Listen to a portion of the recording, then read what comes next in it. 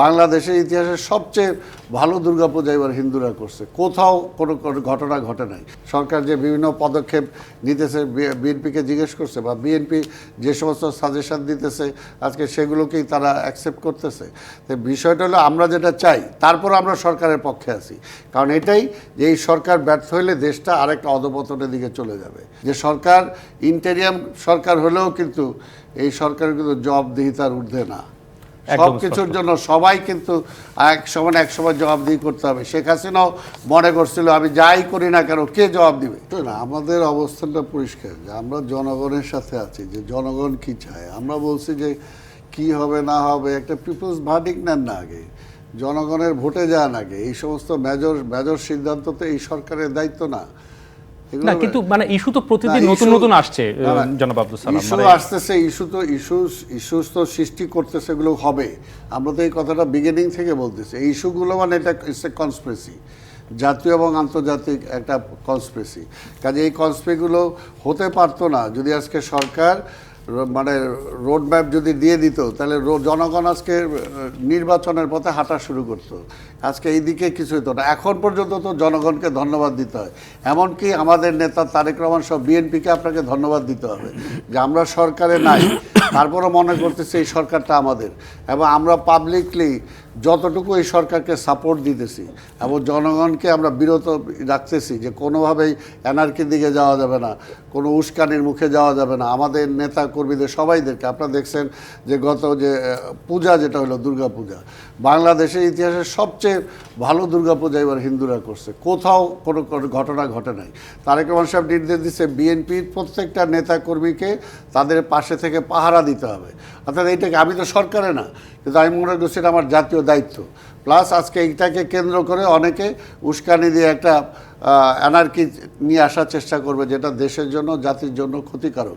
কারণ অনেকেই তো চাচ্ছে যে এই সরকার ব্যর্থ হোক, আবার সেই ফ্যাসিবাদের প্রেতাত্মা যারা আছে তারা আবার আইসা রাষ্ট্রীয় ক্ষমতায় আসুক, এবং শুধু আমাদের দেশে না, আন্তর্জাতিকভাবেই। কারণ আগের সরকারটা তো দেশের জনগণ ক্ষমতায় বসায় নাই, যারা বসাইছিল, যাদের স্বার্থে বসাইছিল তারা তো এখনও অপেক্ষা করতেছে।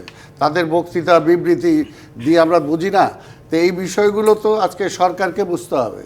সরকার আর কালক্ষেপণ না করে, সরকার বললাম তো আমি প্রথমে যেটা বলছি যে অ্যাডহকে চিন্তা করেন, আপনি পুরা চিন্তা করতে যান। মানে সেক্ষেত্রে মানে ইসকন নিষিদ্ধের বিষয়ে স্পষ্ট করে যদি বিএনপির মতামত চাওয়া হয়। না, আমি তো যেটা বললামই, এটা আমাদের কথাটা পরিষ্কার যে এই সমস্ত কাজ সরকার যদি সরকার করতে চায় করে না কেন? সরকারকে কেউ বাধা ধরা দিয়ে রাখছে?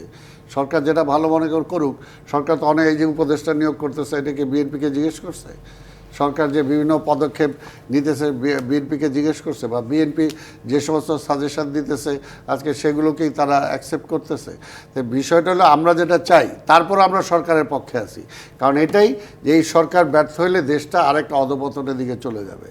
আমরা যেহেতু 2006 সালের লগি বৈঠা দিয়ে মানুষ হত্যা করার পরে যে সেনা সমর্থিত সরকার নিয়ে আসছিল এবং তত্ত্বাবধায়ক সরকার শেষ করে দিয়েছিল, আমাদের তো মাথায় সেটা আছে। আমরা সেটা জানি বলেই আমরা ওই ধরনের আরেকটা পরিস্থিতি হোক, আমরা তো সেটা চাই না।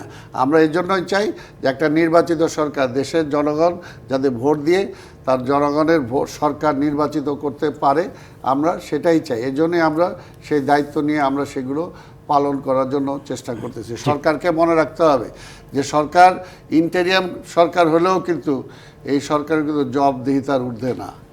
সব কিছুর জন্য সবাই কিন্তু এক সময় জবাবদিহি করতে হবে। শেখ হাসিনাও মনে করছিল আমি যাই করি না কেন কে জবাব দিবে, কিন্তু এখন দেখেন সে এক সারি নিয়ে পালাইতে হয়েছে। তা আমরা চাই না যে ওই ধরনের একটা পরিস্থিতি দেশে সৃষ্টি হোক।